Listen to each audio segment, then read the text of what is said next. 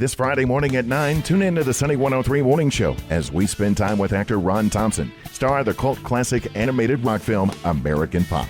Thanks to a recent article on PopMatters.com called The Illustrated Man Unsung, American Pop and Ron Thompson are attracting worldwide notoriety 31 years after the movie's initial release. Why is the internet, as well as movie fans around the world, buzzing about this film? We'll find out from the man himself, Ron Thompson, our special guest this Friday morning at 9 a.m. on the Sunny 103 Morning Show. It's a little after 9 on the Sunny 103 Morning Show. I'm Neil Kelly, and over the next few moments in time, we'll be talking with Ron Thompson, star of the cult classic animated rock film American Pop.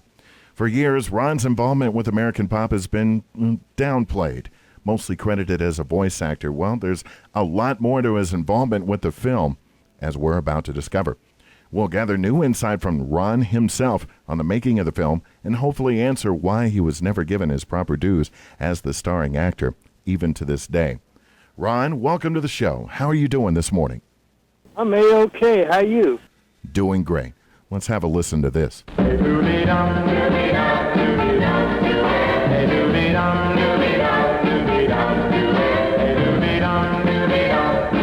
What's wrong with me?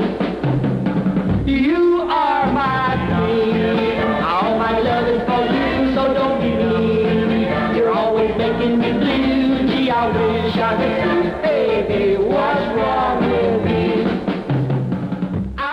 You're listening to Ronnie Thompson, as he was known prior to the 70s, and a song he recorded in the early 60s called What's Wrong With Me. So, you were in New York City in 1962 cutting these records during what is now considered the heyday of the music scene, with the Brill Building and all the big labels at the time being in New York. Well, when you think back on these times, who stands out to you as a major influence and inspiration for you musically? Musically, the guy that really sort of mentored me was a guy named Ursel Hickey. He was a rockabilly singer in the late 50s, and he went on to write a lot of hits for other people in the 60s. He had a record called Bluebirds Over the Mountain, and I met him about a year after I came to New York, and we became friends, and I came to New York to be an actor, but I had done some singing, and I was a kind of a cute kid, and he thought I should get into the record business, and he took me around to Tin Pan Alley and introduced me to everybody and taught me how to write songs. And in fact, there's an episode in a scene in American Pop where Tony writes a song on a bus, and I do it exactly the way he taught me to write songs. You had your first real taste of success in the late 60s on stage with the Pulitzer Prize-winning play No Place to Be Somebody as a character named Shanty. How did this role open doors for you professionally? Oh, it opened up a lot of doors. It was a hit play. It got all kind of awards, and I did it in New York for a year and a half, and then I toured with it on with the national company for a year, and the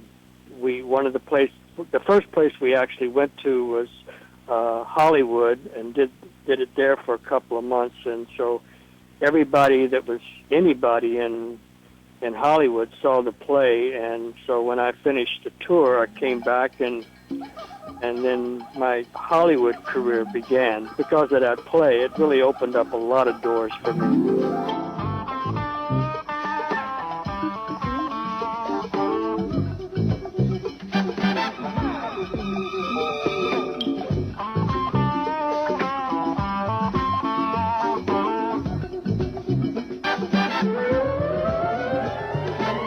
That's the theme song for the hit television program Beretta, in which you had a recurring role playing Robert Blake's sidekick, Nopke, and another character in the show as well called Penguin in the mid-'70s.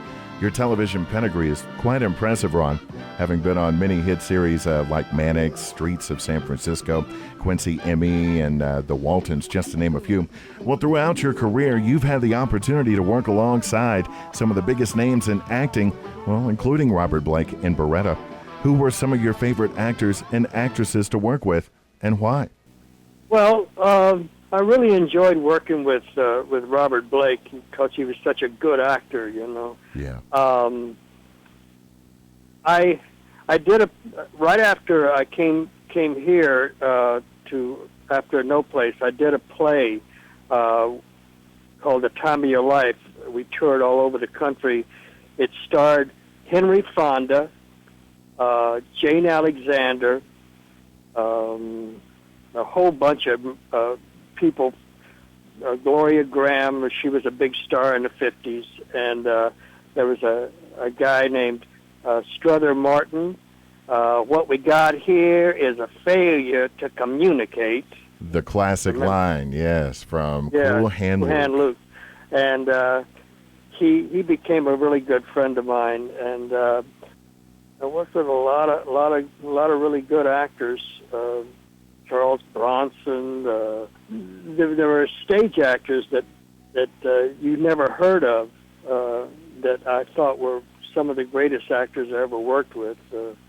A guy named Nathan George, who he was really one of the finest actors I ever worked with in my life. I worked with a lot of people, a lot of good people, that's for sure.